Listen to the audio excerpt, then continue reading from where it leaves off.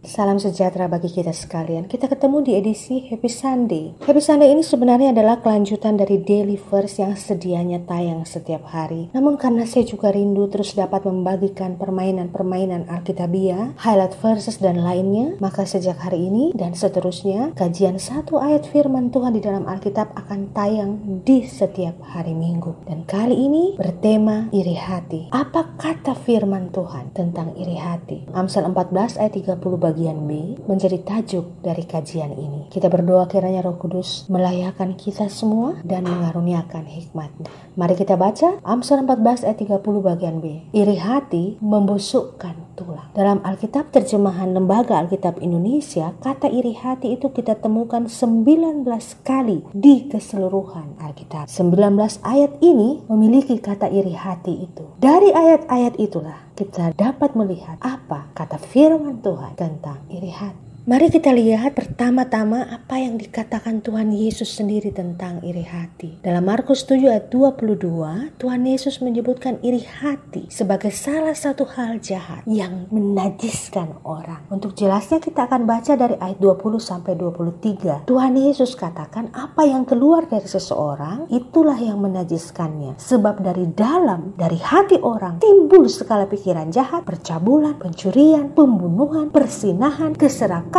kejahatan, kelicikan, hawa nafsu, iri hati, hujat, kesombongan, kebebalan. Semua hal-hal jahat ini timbul dari dalam dan menajiskan orang.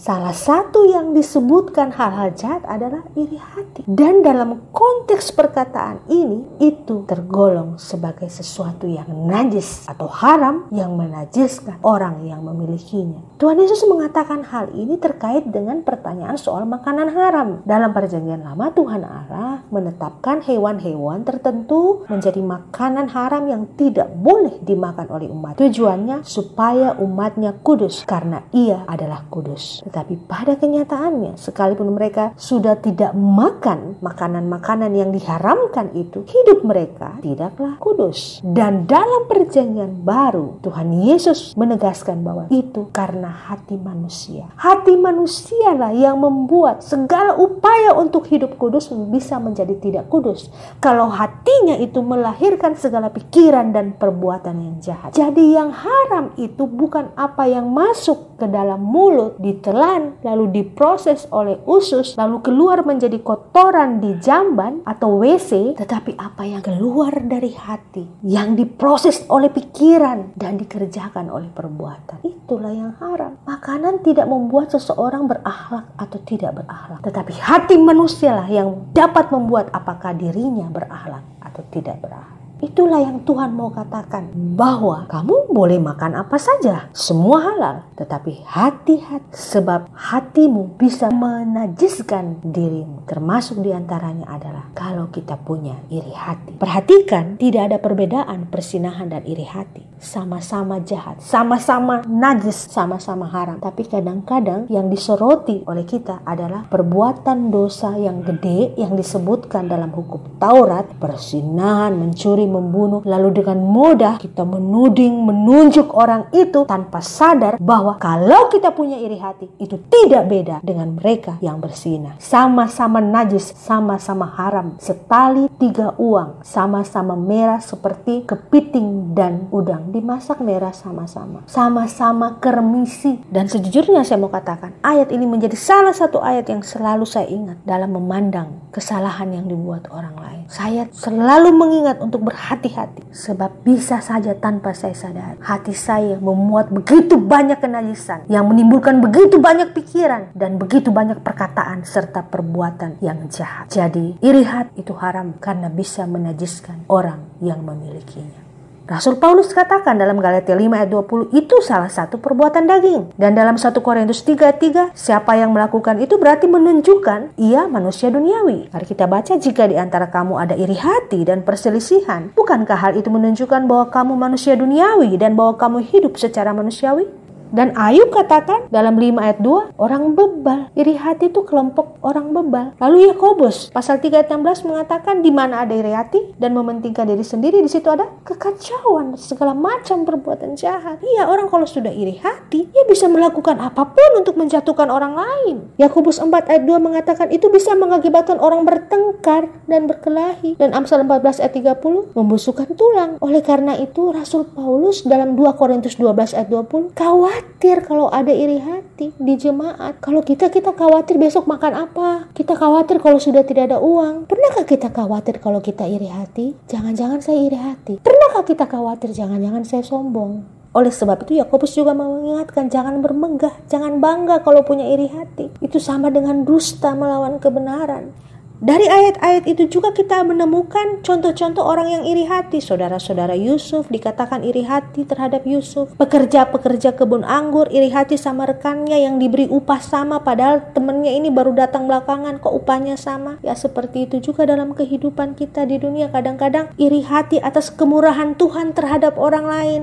Disebutkan juga imam besar dan pengikutnya iri hati dengan rasul-rasul karena mereka buat mujizat-mujizat, tanda-tanda ajaib. Orang Yahudi iri hati dengan Paulus dan Barnabas, iri hati dengan Paulus dan Silas karena mereka pengikutnya banyak. Oleh karena itu kalau kita lihat orang-orang sukses, pasti ada orang iri hati. Entah dia sadar atau tidak bahwa dia sebenarnya iri. Tapi kalau ditanya dia bilang tidak. Siapa yang iri? Kadang-kadang kalau ditanya kan begitu. Iri hati itu saya suka katakan begini, iri hati itu seperti kentut bau yang tidak kelihatan tapi baunya tercium. Udah ketahuan ya ini iri hati, tapi kita mau bilang juga ada karena apa? Sumbernya dari hati. Kita nggak bisa lihat, tapi bau busuknya itu kecium. Mazmur 37 ayat 1 katakan kadang juga orang iri hati dengan orang yang berbuat curang. Atau di Amsal, jangan iri kepada orang yang melakukan kelaliman. Mereka cepat dapat sesuatu yang mereka inginkan karena dengan curang. Jangan ikut, kata Amsal seperti itu. Dan yang menarik, Pengkhotbah pasal 4 ayat 4 mengatakan ada iri hati dalam usaha dan kecakapan dalam pekerjaan. Kita baca, aku melihat bahwa segala jerih payah dan segala kecakapan dalam pekerjaan adalah iri hati seseorang terhadap yang lain. Kita kalau baca firman ini tidak kaget lagi kalau dalam dunia usaha dan pekerjaan ada orang iri hati. Pengkhotbah udah katakan itu. Apalagi orang itu cakap dalam pekerjaannya, ada aja orang iri.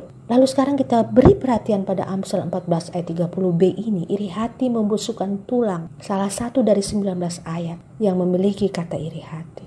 Membusukkan tulang dari segi bahasa Ibrani yang digunakan artinya sama. Membusukkan, membusuk, rusak itu sama. Tulang ya tulang, sama. Kata itu juga dipakai dalam Yesaya 40 ayat 20. Orang yang mendirikan arca memilih kayu yang tidak lekas busuk. Itu juga kata sama dipakai raukau. Tidak seperti kata tegar tengkuk ya pada pembahasan sebelumnya. Kata tegar tengkuk itu dalam Alkitab bahasa Ibraninya ular punggung lehermu besi atau berkepala batu itu dahi perunggu.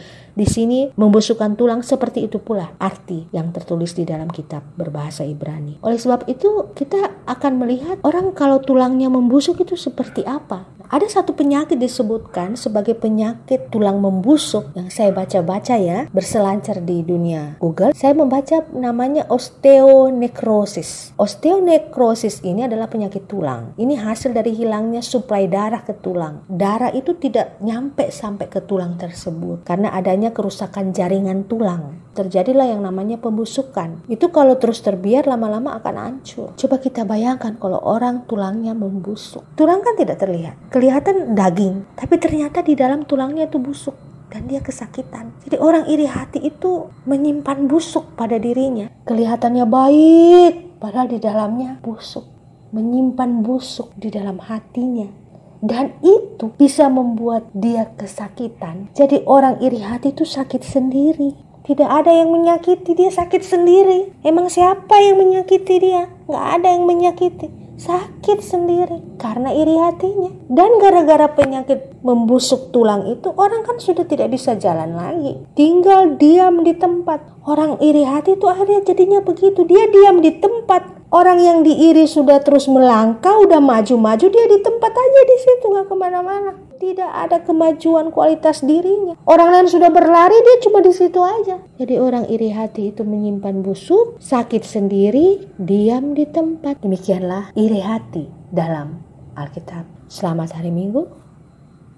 Tuhan memberkati. Salam.